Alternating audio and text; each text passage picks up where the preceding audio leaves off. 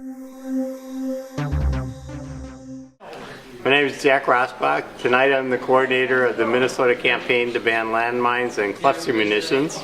And this is our annual meeting. This year is special because we have a new convention on cluster munitions, so I added that to the name of the Minnesota campaign to ban landmines and cluster munitions. And so tonight I'll give a presentation on the meeting that was held in Vientiane, Laos, here November 8th through the 12th. I was actually there the 4th through the 13th, and about what that means internationally. This is a table of material, artifacts and materials related to both the cluster munitions campaign and the banning landmine campaign. This prosthesis was made in Cambodia, and they used to make them like this because it has to have replaceable parts for children because they outgrow them more than once a year, so it had to be totally replaceable. They now have actual prosthetic factories and the ability to make prosthetics, so for the ones that are made from plastic now. Well, this is a fragmentation grenade, and I met a gentleman in the United States used to make this kind. I met a gentleman in Cambodia at the War Museum who was severely injured by fragmentation, and he still has some of these parts in his body. The Soviet Union dropped a million of these, from what I understand, they're butterfly bombs, and when they're released they flutter out and go all over. These smaller ones here are just blast mines, and they're intended just to blow your leg off, actually blow it up into your upper body, and along with everything. They blind a lot of people, and they're just horrific. These are bigger blast mines. The earlier ones were designed to kill. Well, actually, there's not many landmines actually in Laos. There's cluster munitions and unexploded ordnance, and they estimate that there is in excess of 90 million of these littered throughout the country. 37% of the country is contaminated. And less than 1% of all the stuff that was used or dropped there. The United States bombed Laos virtually every day from 1964 until 1973, with an estimated 270 million cluster munitions. And plus there's all kinds of bombs. What's the current casualty rates? The casualty rate, both in Cambodia and Laos, has dropped to below 100, but they're seeing an uptick right now in Cambodia. And, 100 per year? 100 per year. The average over the previous, say, 5 years is 300 per year. I'm Jim Harris, and I'm with a group that's called We Help War Victims, and we're centered in Mosinee, Wisconsin, and we do work with refugee families and with victims of the Indochina War. Our main thrust recently overseas has been working to do bomb and landmine removal in the province of Ponsali up in northern Laos. We go into a village and we tell the people in the village, if you have a bomb or landmine that you know about, that you've encountered while you've been farming, while your child's walking to school, whatever you have found, if you let me know, I'll have my team of 8 people, 8 men and women, there to make it safe within 48 hours. The first year that I offered that to people, we blew up 1,600 pieces of ordnance. Village of Sopun, up in Ponsali province. I tell people it's a village of 500 people, 96 houses, and 58 bomb craters.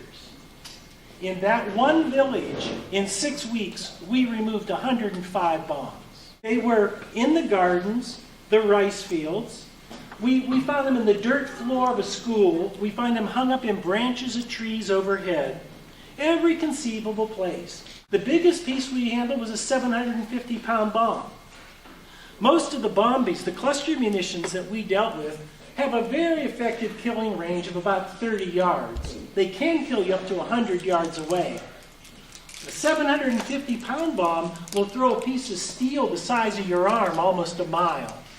You can be standing a half mile away from an exploding 750-pound bomb and get cut in half by the shrapnel before the sound of the explosion ever reaches your ears.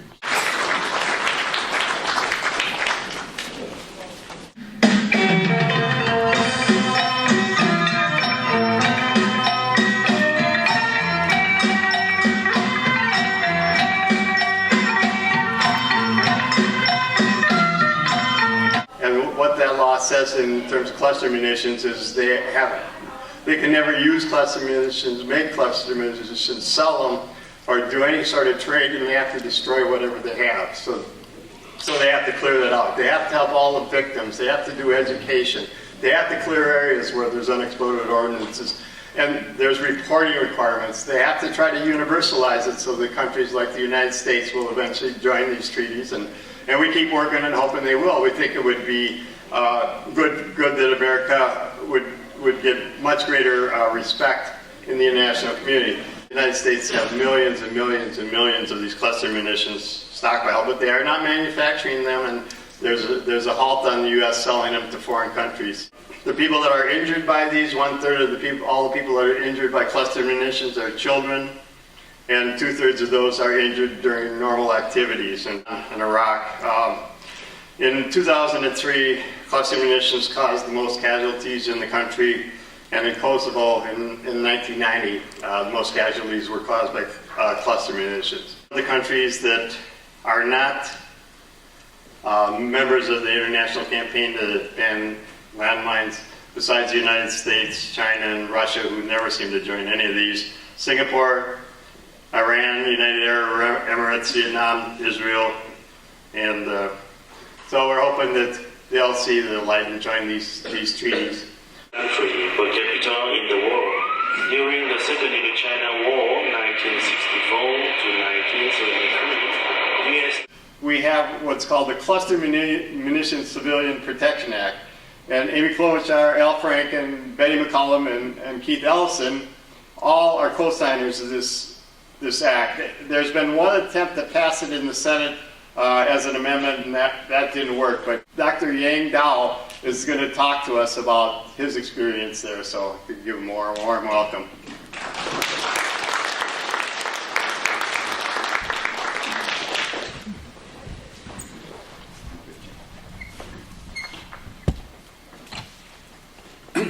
Thank you very much, Jack, for giving this opportunity to come to meet with all of you and the opportunity to express my gratitude to American people for helping my country.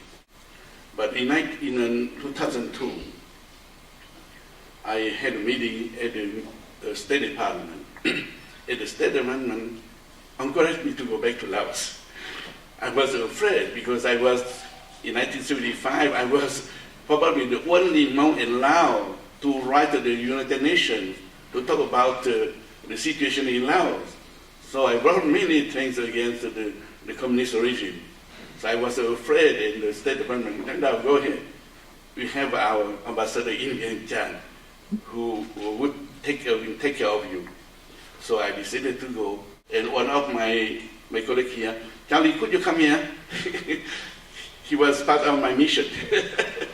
And I'm pleased to introduce him to you because he is also the senior staff for Congressman Betty McCollum, and he helped me a lot. And Betty McCollum, as you know, is the leader who helped Laos a lot.